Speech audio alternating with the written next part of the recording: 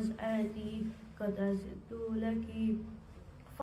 فدخلت تحت الكساء فلبقت منا جميع تحت الكساء.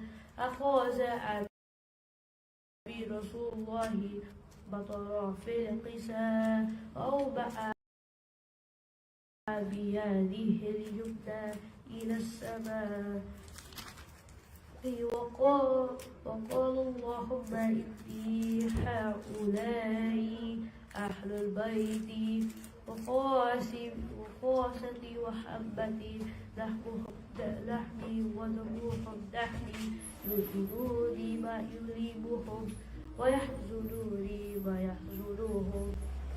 أنا حرب لمن حاربهم وسلم لمن سالمهم وعدوا لمن آذهم ومحب لمن أحبهم. إنهم مني وأنا منهم.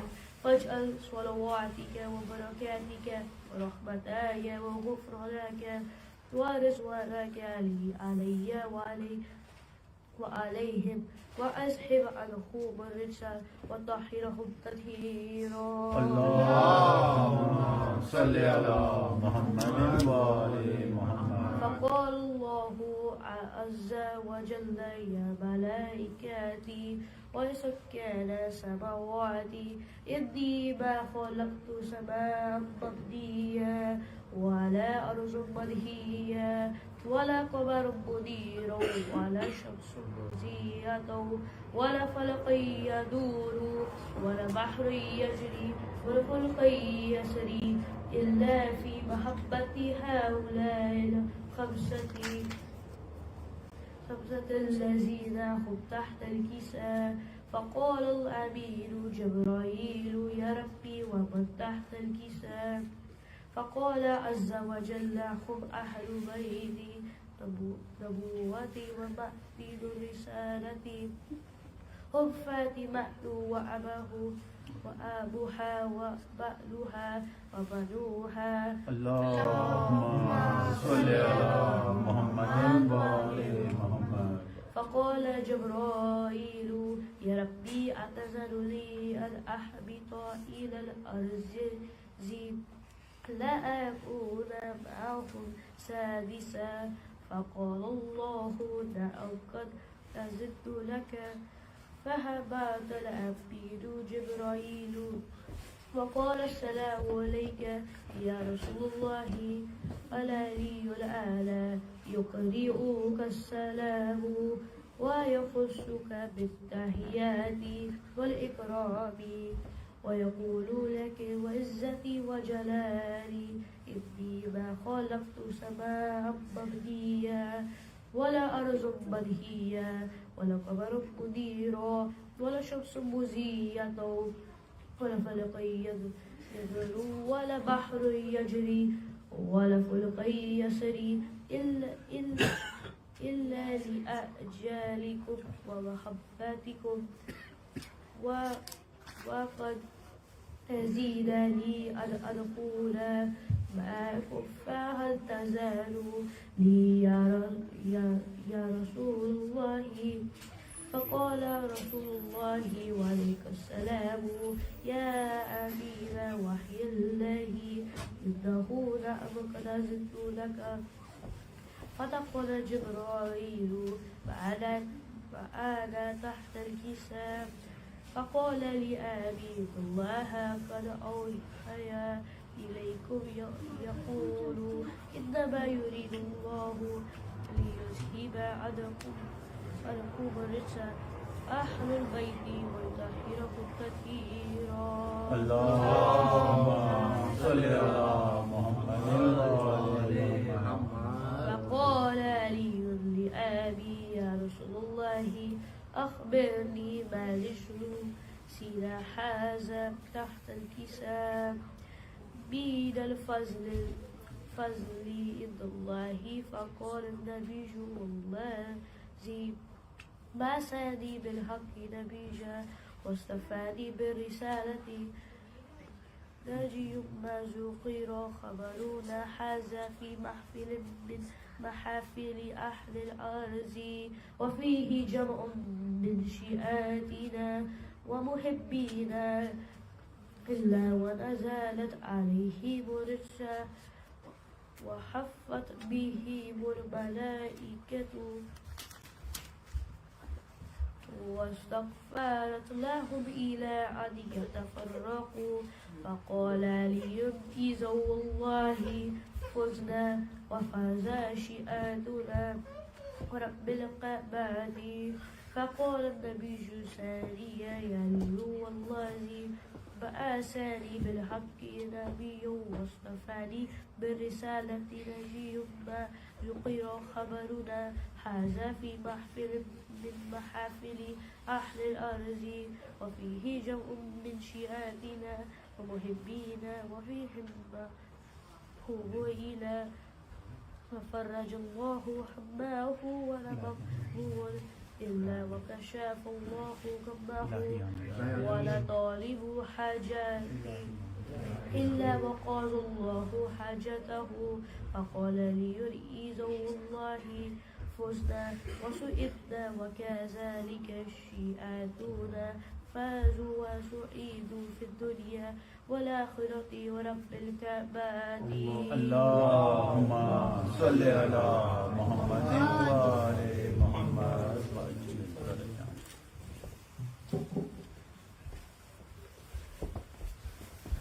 محمد وآل محمد صلوات اللهم صل على محمد وآل محمद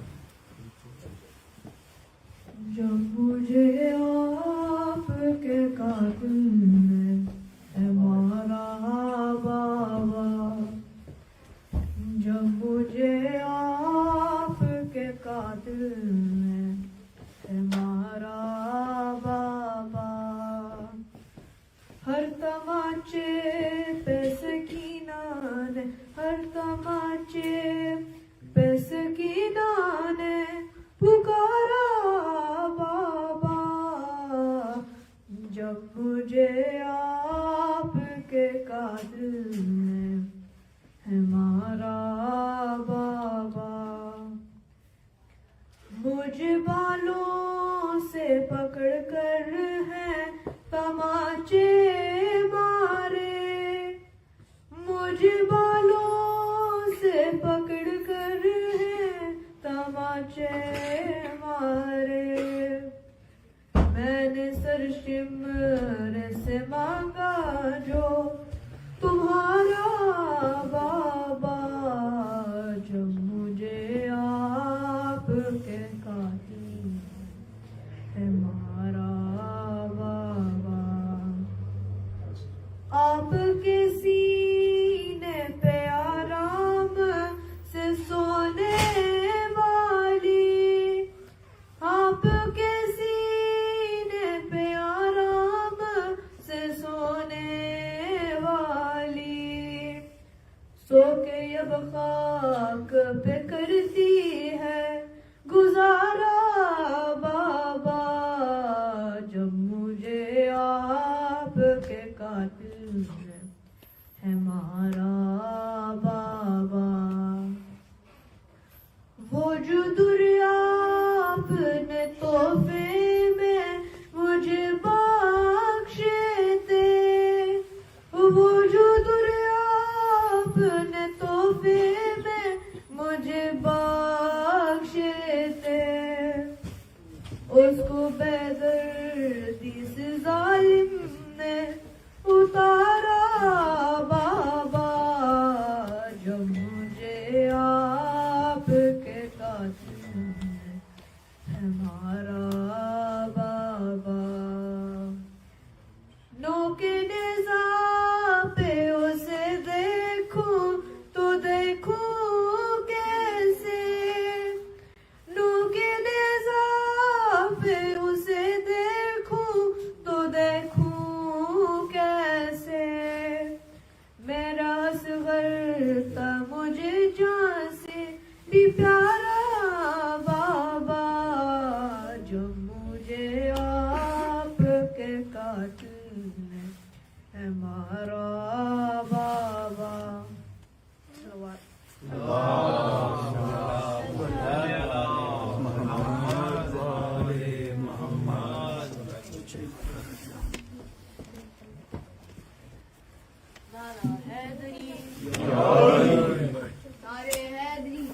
الضالين اللهم صل على محمد وعلى محمد. Surah Fatiha.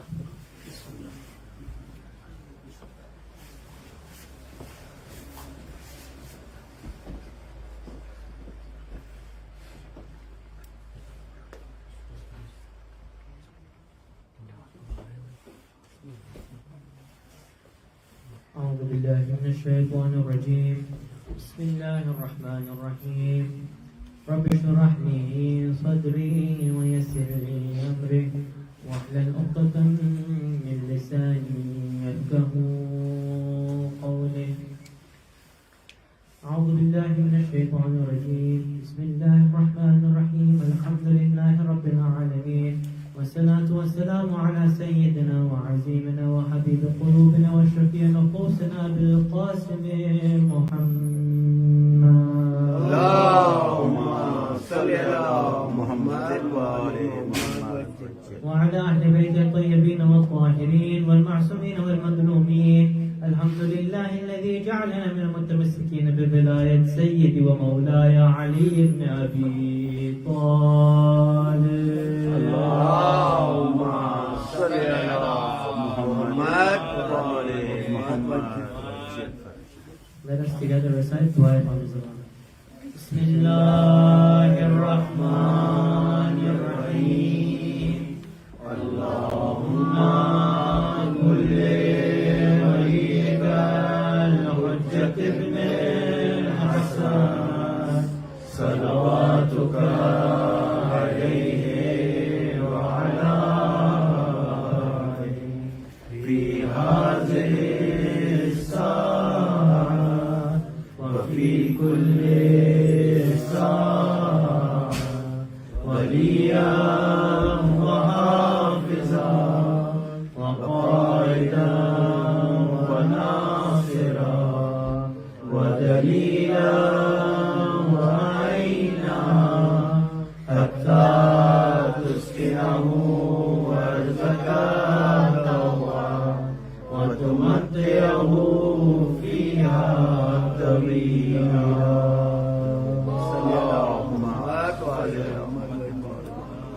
Assalamu alaikum wa rahmatullahi wa barakatuh.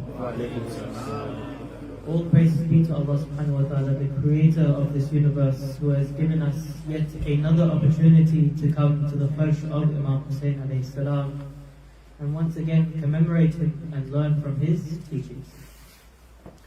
So last night we discussed and we completed the story of Prophet Nuh alayhi salam, where the flood happened, the people who had not believed, they were punished, and the people who had believed in Prophet Nuh alayhi salam, they were saved. So now you have these group of people who are all believers. However, as time goes on, what happens is these people, they start to disbelieve again. They start to move away from Allah subhanahu wa ta'ala. And now this is much after Prophet Nuh alayhi salam. And so the next prophet that is mentioned in the Quran in chronological order, the next prophet that is mentioned is Prophet Hud alayhi salam. And he's mentioned in multiple chapters, in multiple surahs. And he was sent down to the people of Ad in a place that they called Iram.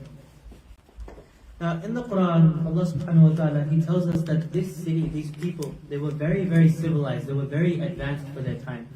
They had big buildings, they had tall buildings, right? And they were very civilized just in general. They were very smart people. But if we look now, those people, there is not a single trace of them. There are no remains. How do we know about them? Because we've been told their story in the Quran.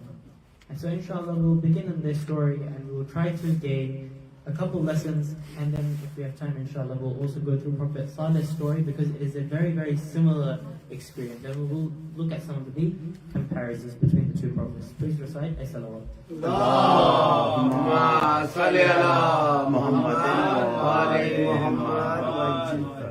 So Prophet Hud, when he was sent down, the Quran, it says that we sent a brother from amongst them. Why? Because this was someone who was one of their own people. This wasn't someone who was foreign, someone who was coming into the nation. It wasn't someone who was conquering them. It was someone from their own nation, just like Prophet Muhammad sallallahu alaihi wasallam.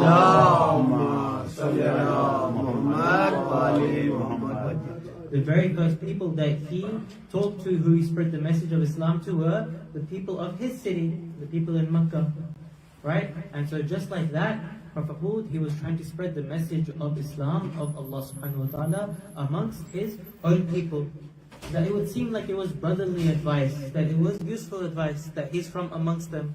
He would tell them that come worship Allah subhanahu wa ta'ala, have good akhlaq, do good deeds. Right? He said that don't worship idols, they had turned back to idol worshipping.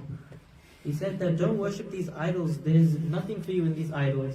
These idols you have to go and purchase for every single little thing. You want rain, you have to now go and purchase an idol. You want more crops, you have to go and purchase an idol for your crops. You want to have children, you have to go purchase an idol so that you can have children. Right, so this is the culture that these people had.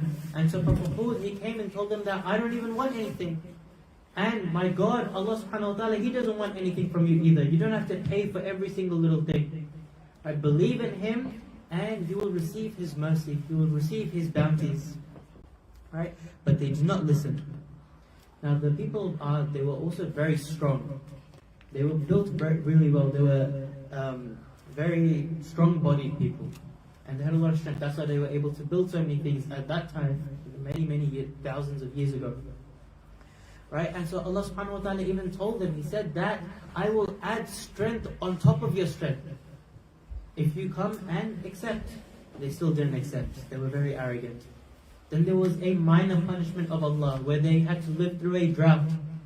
And He said that come towards the religion, come towards Allah subhanahu wa ta'ala, and this drought will end, you will have rain, you will have your crops again.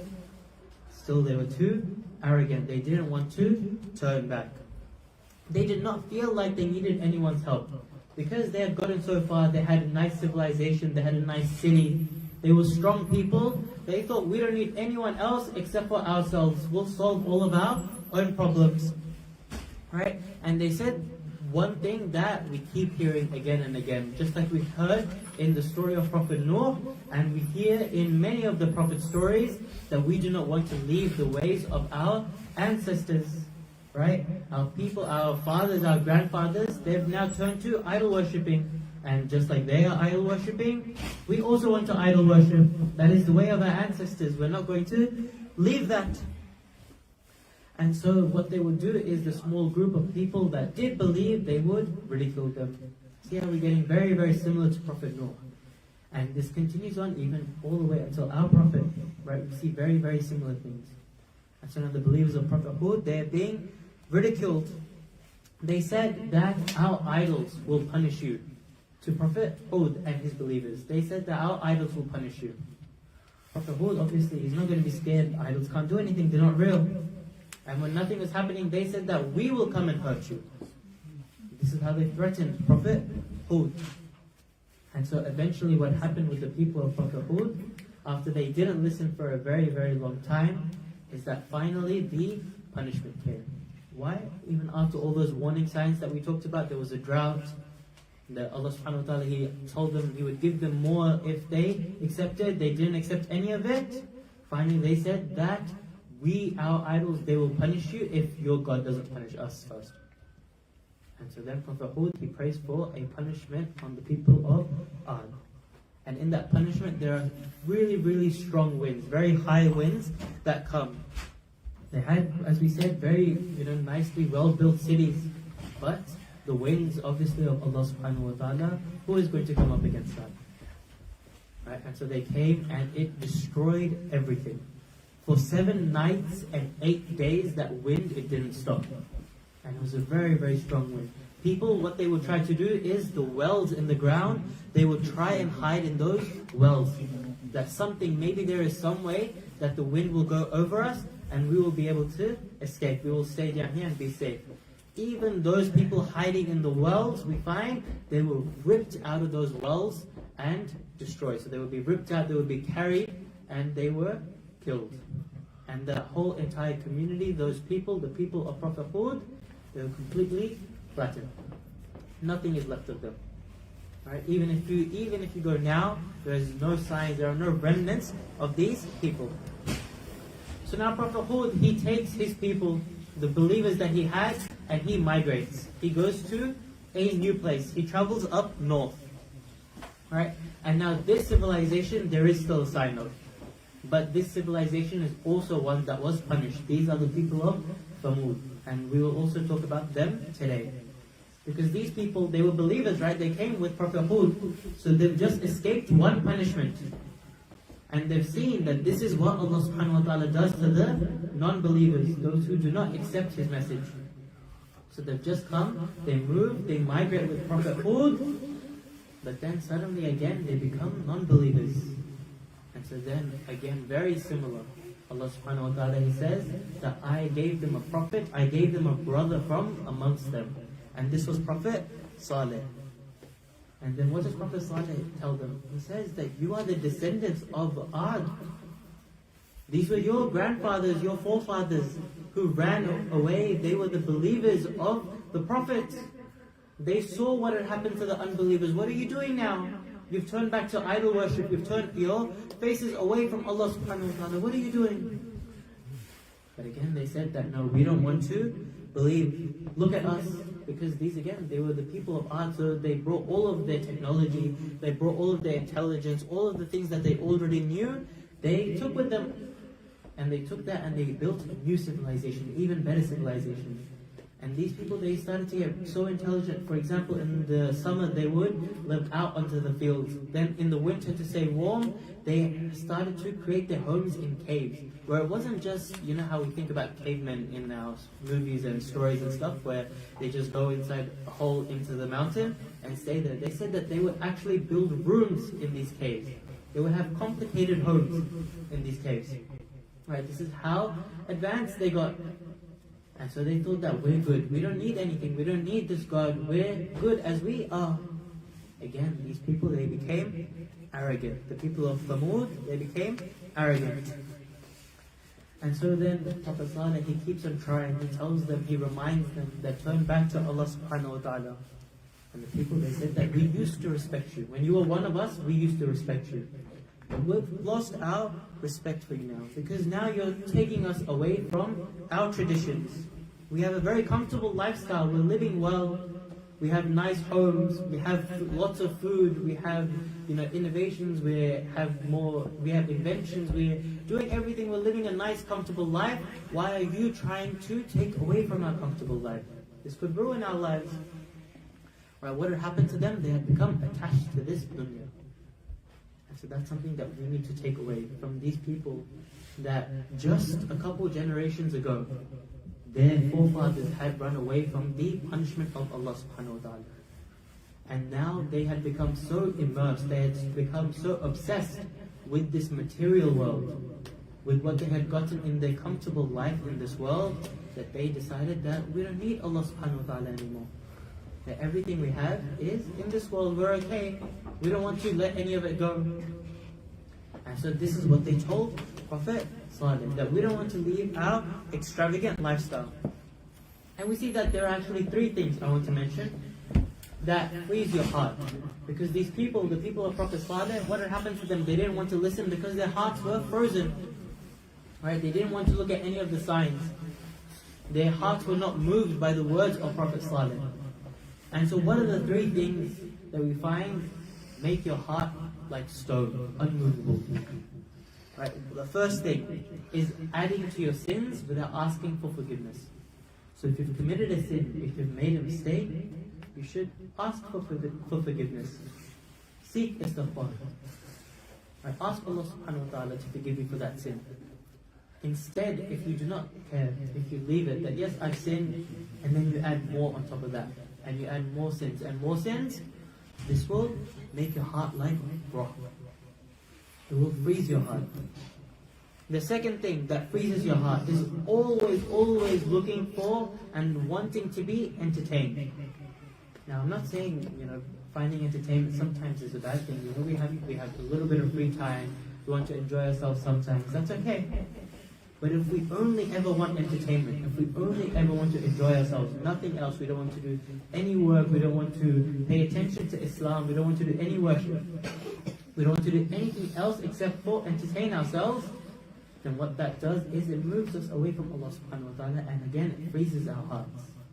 Then those things, those beautiful things, the beautiful aspects of Islam, the beautiful teachings of Islam, they don't affect us, they don't impact us the same way as before.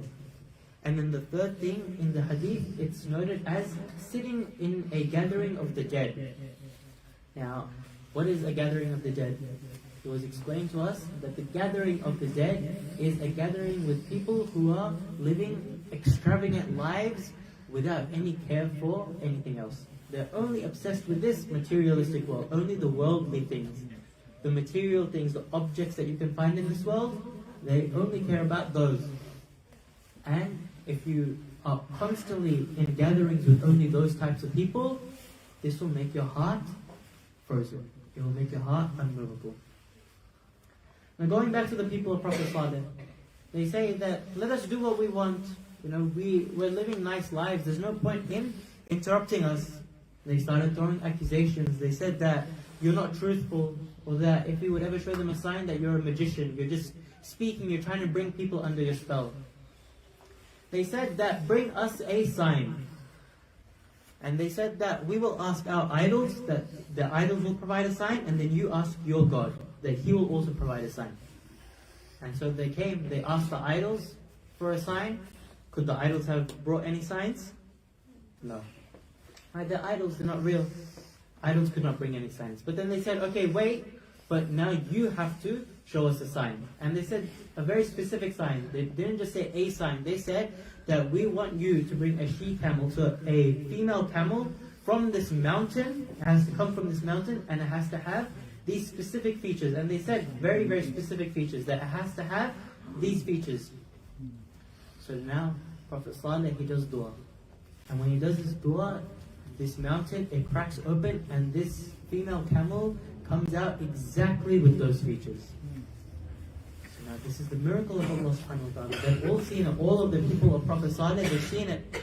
The idols, could they do anything? No. But then Allah subhanahu wa ta'ala, He went and He showed them a miracle. He showed them a sign that this is my power. This is the power of Allah subhanahu wa ta'ala. Now come and believe. This miracle right in front of them. Did the people of Prophet Saleh believe after that? No. Still no. Some of them, they said, okay, yes, now we believe. The next day, a few of them had believed. The majority of them, they decided that no, we still don't want to believe. The sign was right in front of them. Why? Because again, they have become immersed. They said that we don't want to change our lifestyle. We don't want to change for the religion of Saleh. Right? And sometimes we do this as well, that we see signs in this world. We see many signs, even if we just look at ourselves, we look at our bodies, how complicated they are. Or we look at this world, how complicated this world is, how complicated the universe is. We see all of these signs that remind us of Allah subhanahu wa ta'ala. Right? Everything that we see out here should remind us of Allah subhanahu wa ta'ala. But still, we're very, very easy to forget. We forget, and then we go and commit sins as if Allah subhanahu wa ta'ala cannot see us. But Allah has provided us with all of these signs. When we go out, when we go into nature, when we look up, when we look around, when we look within ourselves, we see these signs so that we can be reminded that there is Allah subhanahu wa ta'ala, and He is watching me, He is here, He always knows. And so that should help us stay away from sins. Right, so these people, they said that no, we still don't want to believe. And so Allah subhanahu wa ta'ala, He says that this camel, it is a test for the people. I have given it, He's not going to take it away. He has now given it to the people of Thamud, but it is a test for them. And so what is this test? What was part of the test? Part of the test was that because this is a special sign of Allah subhanahu wa ta'ala, they have to share their water with this camel. That one day the camel will drink, and then the next day the people will drink. And then the day after the camel, then they will drink. And so they would take turns. Now the people started having an issue with this because their own animals, they couldn't drink when the camel was drinking. And they couldn't take water when the camel was drinking, and so they got selfish. Right? They said that we don't want to share anymore. And then they were upset at another thing, which was that because this camel was now within their society, everyone was talking about it, everyone knew it, they realized that this is a sign that is propagating, that is supporting, that is promoting the religion of Prophet Saleh. And they didn't like that. They didn't like that there was a sign that was always in front of them, reminding them that their idols couldn't do anything, and Saleh's God, Saleh's Lord, Allah subhanahu wa ta'ala, He was able to do something. He was able to show a sign. He was able to show a miracle. And so they started to get upset. And one night, a bunch of them, a group of them gathered, and they said that we must kill this she-camel.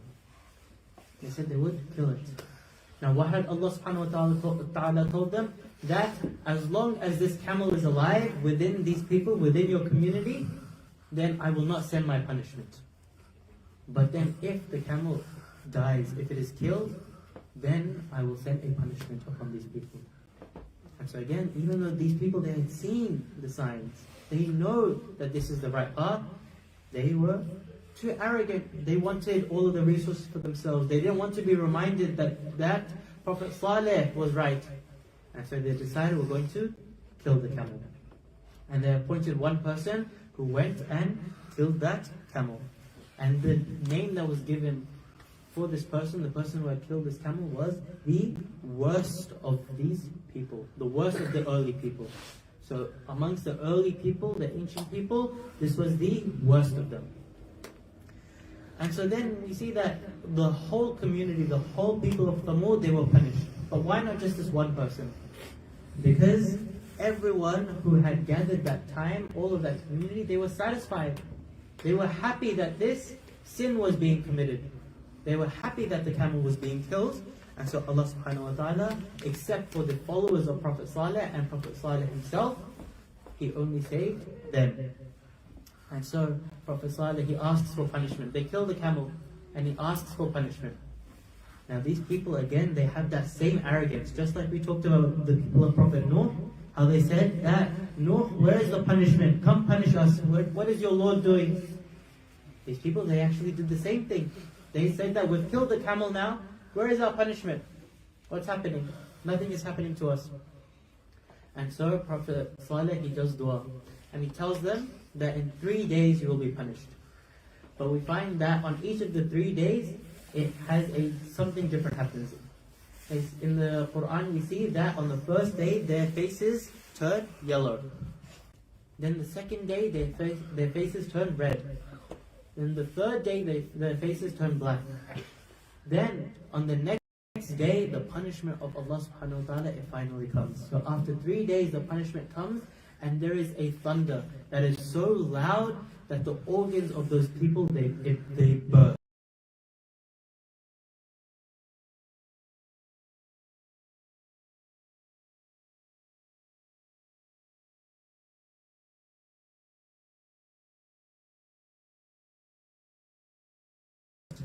The organs of the people he had come from within the people. He tried to change them, but they said that our forefathers, they used to follow this religion, and so we will blindly follow this because this is what we're comfortable with. In both cases, they had become so engrossed in their material lives because they were living good lives, they were living nice lives, they were advanced people. And so they became engrossed in this world, they became attached to this world. And so they didn't want to let it go. And what they did was they rejected the blessings and the signs of Allah subhanahu wa ta'ala. When Allah subhanahu wa ta'ala would send down signs, when He would warn them, they would reject these signs. But Allah subhanahu wa ta'ala says that we will then hold you accountable. If you are rejecting the signs, then we will hold you accountable and you will be punished. And so with the people of Prophet Saleh, this man who had killed that camel, we see him being mentioned by our holy Prophet Muhammad sallallahu alaihi wasallam.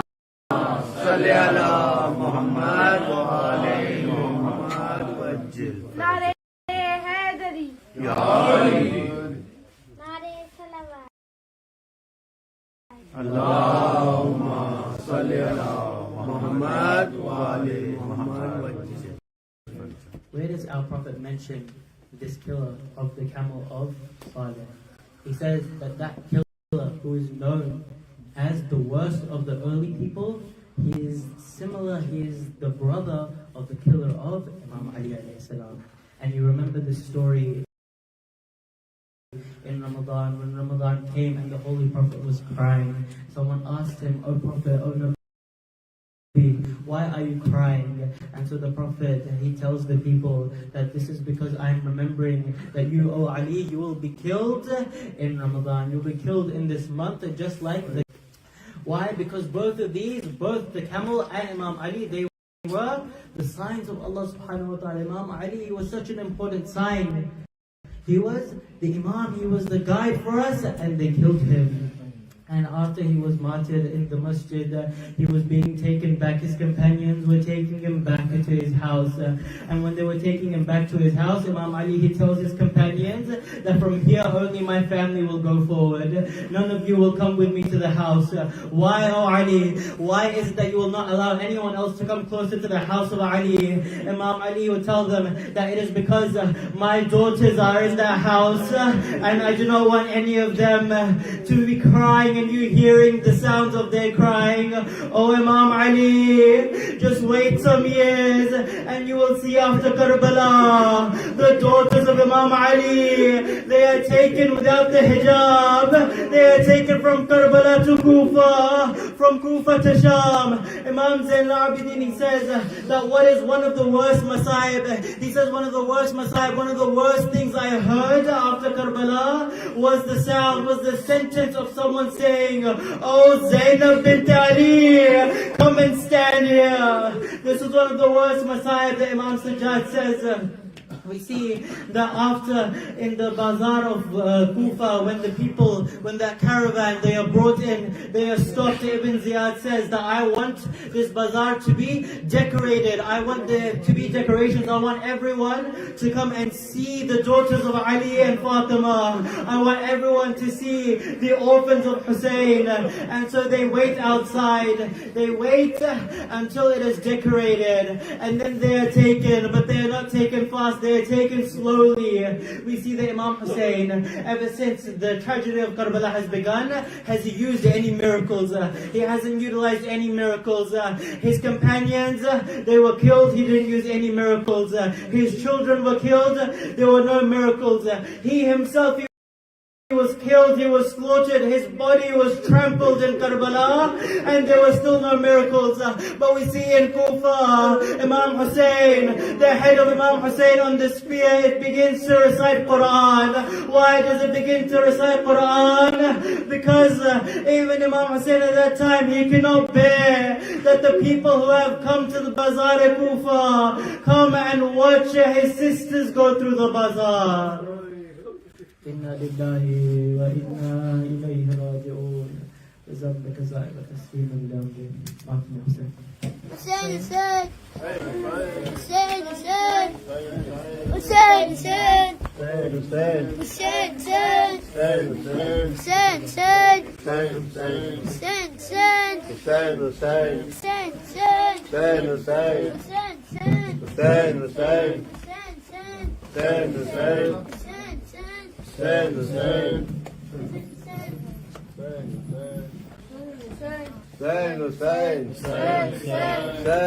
Hussain, Hussain. Hussain, Hussain. बता दे मुझको पत्थर की वाली है फिजा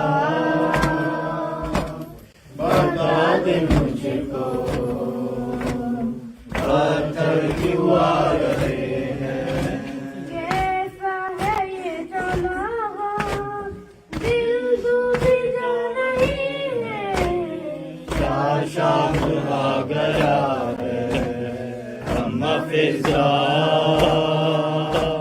बता दे मुझको पत्थर क्यों आ रहे हैं होने लगी अज़ाने कैसे सरों को नापे बाजू बंधे हुए हैं